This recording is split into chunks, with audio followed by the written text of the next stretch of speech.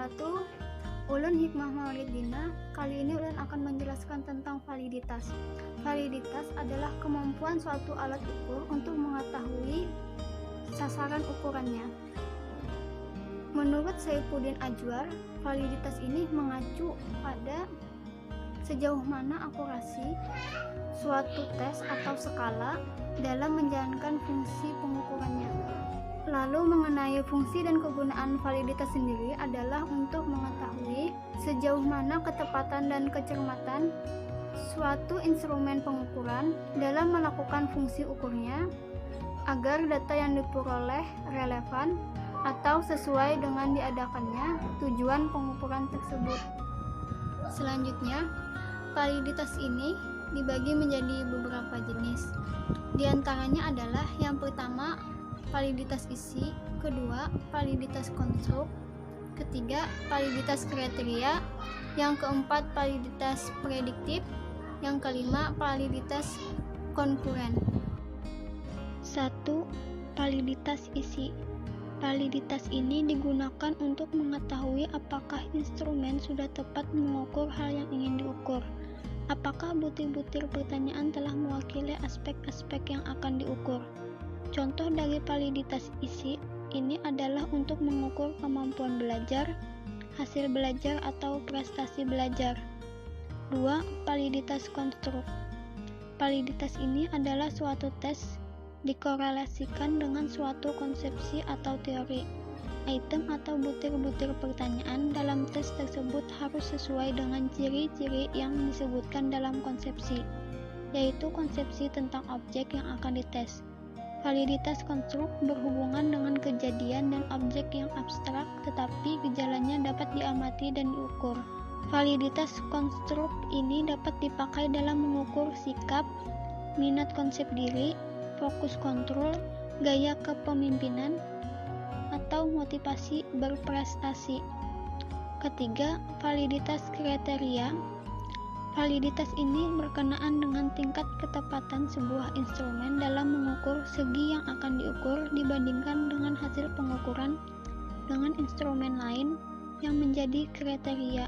Contoh pemakaian validitas kriteria adalah dalam tes intelijensi yang berkorelasi dengan rata-rata nilai akademis. Dengan asumsi, jika intelijensi seseorang tinggi, maka yang akan terjadi, dia akan mendapatkan nilai akademis yang bagus. 4. Validitas prediktif. Sebuah tes dikatakan memiliki validitas prediktif apabila mempunyai kemampuan untuk memprediksikan apa yang akan terjadi di masa yang akan datang. Tepat atau tidaknya prediksi tersebut dapat dilihat dari korelasi koefisien antara hasil tes itu dengan hasil alat ukur lain pada masa mendatang.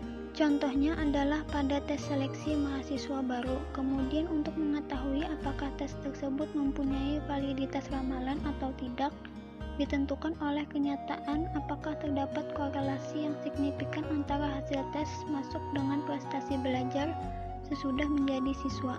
Bila ada, berarti tes tersebut mempunyai validitas ramalan atau validitas prediktif. 5. Validitas yang sama atau validitas konkuren. Sebuah tes dapat dikatakan telah memiliki validitas konkuren apabila tes tersebut dalam kurun waktu yang sama mampu menunjukkan dengan tepat akan adanya hubungan yang searah antara tes pertama dengan tes yang berikutnya. Validitas konkuren didapat dengan cara mengadministrasikan dua tes yang memiliki karakteristik yang sama terhadap kelompok yang sama pula, kemudian hasil dari kedua tes tersebut dikorelasikan.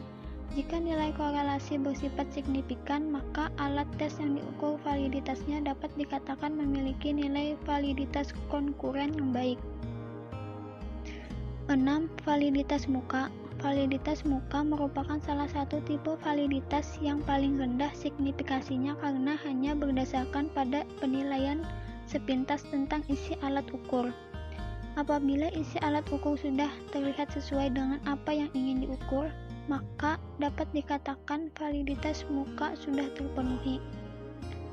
Menurut Jamaluddin Ancok, validitas rupa amat penting dalam pengukuran kemampuan individu seperti pengukuran kejujuran, kecerdasan, bakat, dan keterampilan.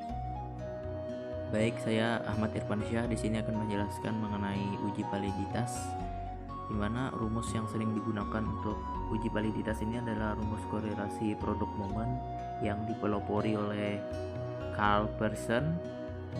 Jadi rumusnya itu ada dua. Yang pertama adalah rumus dengan simpangan, dan yang kedua adalah rumus dengan angka kasar.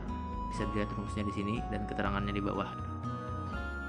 Jadi rumus ini yang biasanya dipakai oleh orang-orang untuk menguji validitas suatu item atau suatu tes. Kemudian di sini ada contoh data ulangan olahraga itu berupa X-nya, dan juga nilai rata-rata praktek berupa Y. Jadi di sini yang diuji validitasnya adalah ulangan olahraganya gitu. Dan pembandingnya untuk menguji validitasnya itu adalah Y, yaitu nilai rata-rata prakteknya. Bisa dilihat di situ.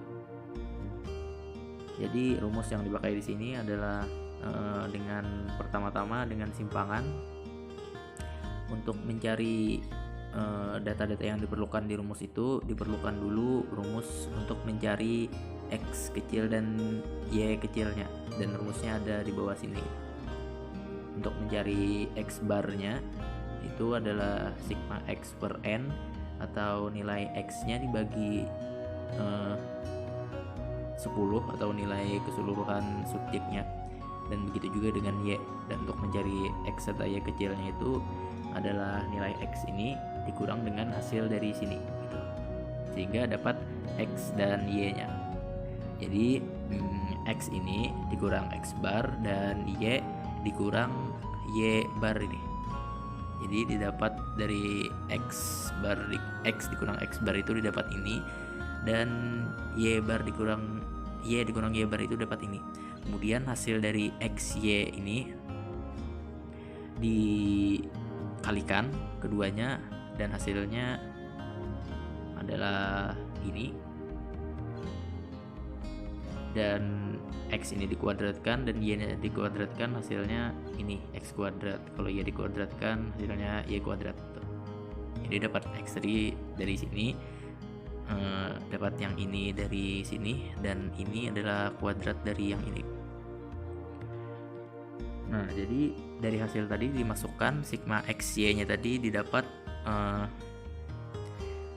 2,65. Jadi masuk sini 2,65, terus sini akar sigma X kuadrat dan kali sigma Y kuadrat. Sigma X kuadrat ini jumlah sigma X nya 3,5, dan Y kuadrat sigma Y nya adalah sigma Y kuadratnya 3,59. Masukkan ke rumus, jebret hasilnya segini gitu. Jadi hasil korelasi produk momennya adalah 0,748. Itu hasil korelasi produk momennya. Kemudian apabila dihitung dengan angka kasar, yang diperlukan adalah data X dan Y tadi, hasil ulangan olahraga dan ulangan harian data latihan tadi. Kemudian X-nya dikuadratkan, Y-nya dikuadratkan, dan XY-nya dikalikan, serta semuanya ini dijumlahkan jadi sigma-sigmanya nanti. Rumus untuk validitas tes dengan angka kasar ini adalah ini rumusnya. Dijelaskan tadi di slide sebelumnya juga ada. Jadi sigma XY tadi adalah ini, tinggal dimasukkan ke rumus juga. Sigmanya tadi di situ-situ, masukkan ke rumus ini angkanya, hitung, jebret, hasilnya 0,745.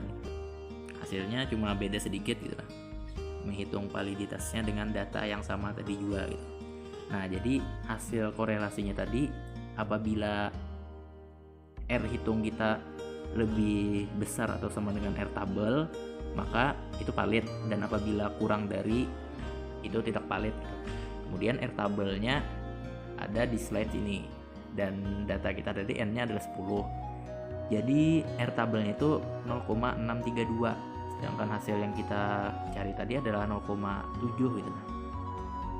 Jadi bisa dikatakan bahwa uji validitas tesnya tadi valid. Nah, itu untuk uji validitas tes. Kemudian di sini ada contoh uji validitas item. Nah, ini yang sering dipakai untuk apa itu namanya? Kuesioner. Nah, jadi ini yang sering dipakai untuk kuesioner gitu. Kuesioner itu terdiri dari item-item atau pertanyaan-pertanyaan. Misalnya pertanyaan ini ini pertanyaan nomor 1 misalnya. Entah apalah pertanyaannya gitu. Nah, jadi ada jawabannya setuju, tidak setuju, sangat setuju gitu. Nah, dan tergantung orangnya, misalnya tidak setuju poinnya berapa gitu. Nah, jadi bisa dilihat di sini contoh datanya. Itemnya ada 4 dan subjeknya ada 10 orang. Jadi per item ini yang diujinya adalah per item juga gitu. Apakah mau diuji validitas item A, item B, atau item C, atau item D gitu. Pertanyaan A, B, C, atau D gitu. Jadi di sini kita ambil pertanyaan C gitu.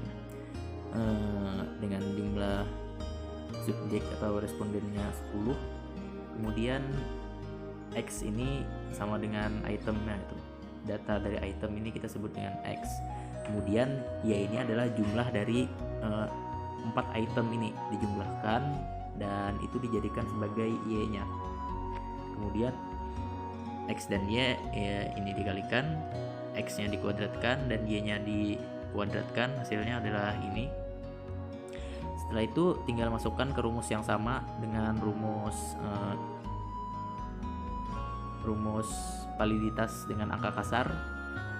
Masukkan ke rumus, jebret dan hasilnya adalah ini. Dan berdasarkan air hitung tadi 0,6 berapa itu ya, di sini hasilnya lebih dari itu, berarti itemnya itu bisa dikatakan valid gitu. Dan untuk menyatakan suatu item valid atau tidak juga bisa menggunakan validitas yang dikemukakan oleh Guilford.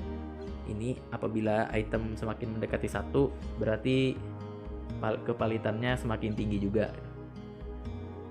Jadi dari contoh-contoh tadi bisa dikatakan bahwa item-item dan tes itu adalah item dan tes yang valid. Sekian. Assalamualaikum warahmatullahi wabarakatuh. Perkenalkan, nama saya Asmiati Ulfah. Saya dari kelompok 6 dengan NIM 180103040069. Langsung saja, di sini saya akan menjelaskan bagian reliabilitas. Apa itu reliabilitas? Mari kita simak video ini. Reliabilitas berasal dari kata reliability yang berarti sejauh mana hasil suatu pengukuran memiliki sebuah keterpercayaan, keterandalan, keajugan, konsistensi, atau kestabilan yang dapat dipercaya. Reliabilitas ini juga merupakan suatu tes yang dapat dikatakan sebagai sesuatu yang memiliki taraf reliabilitas yang tinggi. Apabila tes tersebut diujikan ke dalam kurun waktu yang berbeda, sehingga dapat memberikan hasil yang tetap. Reliabilitas ini mempunyai 3 jenis. Yang pertama, reliabilitas stabilitas. Reliabilitas stabilitas ini merupakan suatu usaha untuk memperoleh hasil yang sama atau serupa setiap kali subjek itu diberikan tes. Reliabilitas stabilitas ini juga memberikan tes yang sama kepada subjek yang sama pula pada saat yang berbeda dengan kondisi pengukuran yang relatif sama. Dan reliabilitas stabilitas ini merupakan jenis reliabilitas yang digunakan untuk dapat memperoleh reliabilitas stabilitas setiap kali subjek diukur skorsnya haruslah sama ataupun hampir sama. Yang kedua ada reliabilitas terwakili yang dimana mengacu pada keterandalan masing-masing grup, menguji apakah penyampaian indikator sama jawabannya saat diterapkan ke dalam kelompok yang berbeda.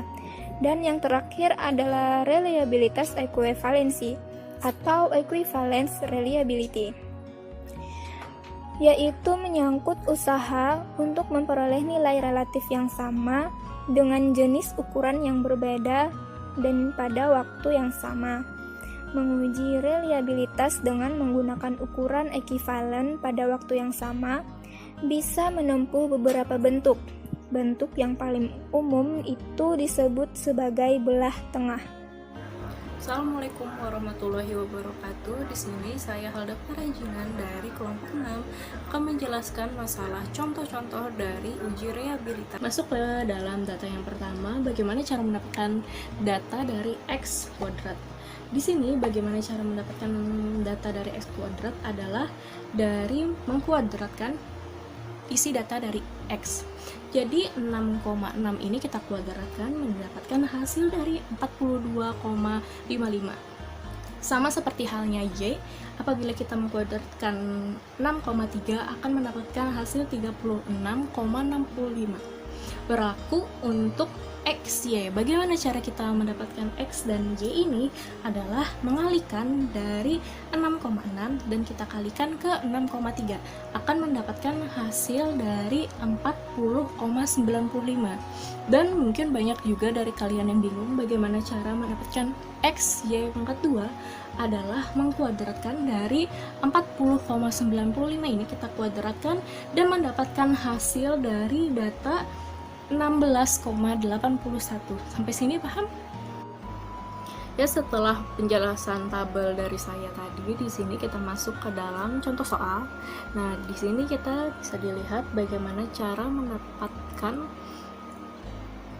menghitung nilai varian dari data tersebut. Bisa kita lihat ada sigma X pangkat 2 dikurang sigma X, harus kita pangkatkan 2 lagi per N. N itu adalah 10. N itu datang dari ini, jumlah data. Nah, terus sudah kita masukkan semua data itu ke sini dan didapatkan hasil 0,35. Ini baru data X. Dan kita juga harus mencari data Y. Cara mencarinya juga sama. Kita masukkan juga data Y pangkat 2-nya di sini, kita masukkan data Y, terus kita pangkatkan per 10, baru kita tarik garis, kita bagikan 10, didapatkan hasil 0,34. Nah, bagaimana cara menghitung total varian? Cara menghitung itu sangatlah mudah. Kita tinggal menambahkan hasil dari data yang pertama dan data yang kedua. Didapatkan hasil 0,69. Nah, bagaimana cara menghitung nilai varian total? Nilai varian total ini sudah masuk dalam X dan Y, dua-duanya harus kita hitung. Nah, kita masukkan dari X, Y pangkat 2. Kita masukkan X, Y pangkat 2-nya berapa hasilnya? 17.896. Kita masukkan datanya, terus kita kurangkan lagi. Kita masukkan data ini, data X dan Y ini 417,3 kita kuadratkan dulu, baru kita bagikan 10, baru kita bagikan lagi 10, bagikan dari 10 ini adalah N dari jumlah, didapatkan hasil 50,70. Nah, masuk ke dalam cara menghitung nilai reliabilitas instrumen. Contoh dari rumus ada kita sajikan di PPT. Nah, di sini dapat 2/2-1. Mungkin banyak dari kalian bingung bagaimana cara mendapatkan 2/2-1 dari sini. Nah, jadi cara mendapatkan 2 itu datang dari sini. Berapa jumlah data dari sini? Kan jumlah data yang, kalau jumlah data keseluruhannya ada 10, tapi cuma berapa sih? Maksudnya itu jumlah data di sini cuma ada 2, cuma ada X dan Y. Nah, 2 itu datang dari X dan Y. Kita masukkan ke dalam rumus 2 bagi 2 kurang 1, kalikan. Untuk yang ke sebelahnya 1 itu adalah rumus dikurang 0,69. Mohon maaf, di sini ada ketypoan, seharusnya 0,69 bukan 0,66 per 50,70 datang dari nilai varian total, didapatkan hasilnya ini 1,96.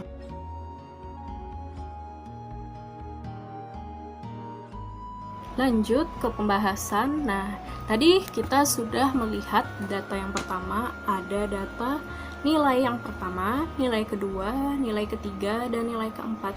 Di sini saya ibaratkan keempat data tersebut adalah X1, X2, X3, dan X4. Nah, data-data ini bisa kalian lihat di sini. Data-datanya ada, ya tidak mungkin saya sebutkan semua, kalian bisa melihat di dalam PPT saya.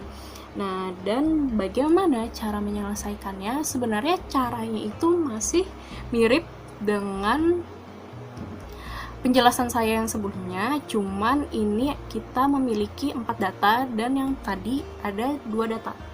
Nah, caranya masih sama. Bagaimana mencari X1 kuadrat ini? Kita kuadratkan X1-nya 3 dikali 3 sama dengan 9. Kita tulis di situ. Selanjutnya sama ke bawah. Cara mencari X2 kuadratnya juga sama. Cara mencari X3 kuadratnya juga sama. Cara mencari X4 kuadratnya juga sama. Nah, di sini ada dituliskan sigma X. Bagaimana cara kita mencari sigma X? Nah, cara mencari sigma X di sini adalah kita tambahkan data yang ini, data pertama, data kedua, data ketiga, dan data keempat. 3 tambah 4 adalah 7. 7 ditambah 3 adalah 10. Dan 10 ditambah 4 adalah 14. Berlaku untuk ke bawah. Nah, didapatkan sigma X. Sigma X-nya adalah di situ. Jangan lupa kita jumlahkan di akhir. Dah, bagaimana cara kita mencari sigma X kuadrat? Kita tinggal mengkuadratkan dari sini, dari sigma X yang di sini. Kita kuadratkan 14. Kita masukkan ke rumus, bisa dilihat di sini bagaimana cara mencari rumusnya.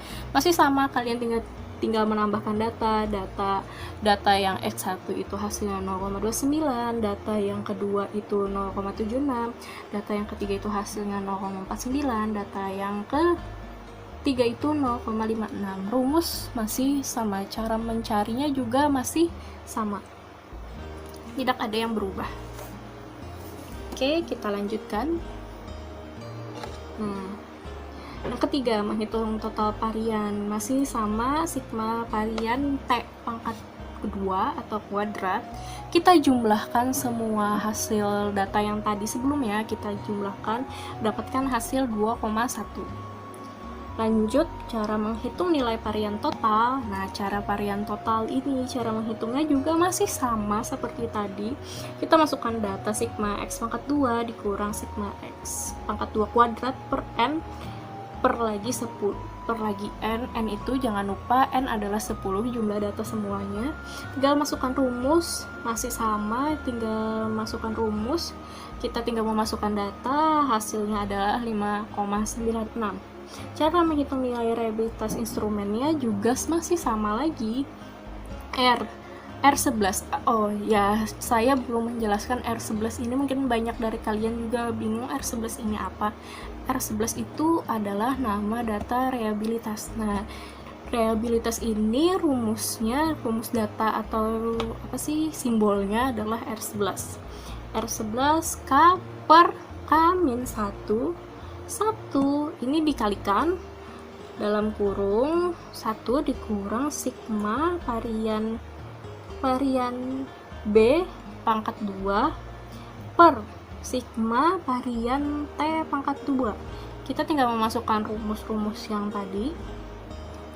Cara menghitung kalau reliabilitas instrumen ini langsung tadi dapat 2,1, langsung masukkan di varian B pangkat kuadrat yang tadi itu, terus kita masukkan lagi data yang selanjutnya, dapatkan hasil 0,0864.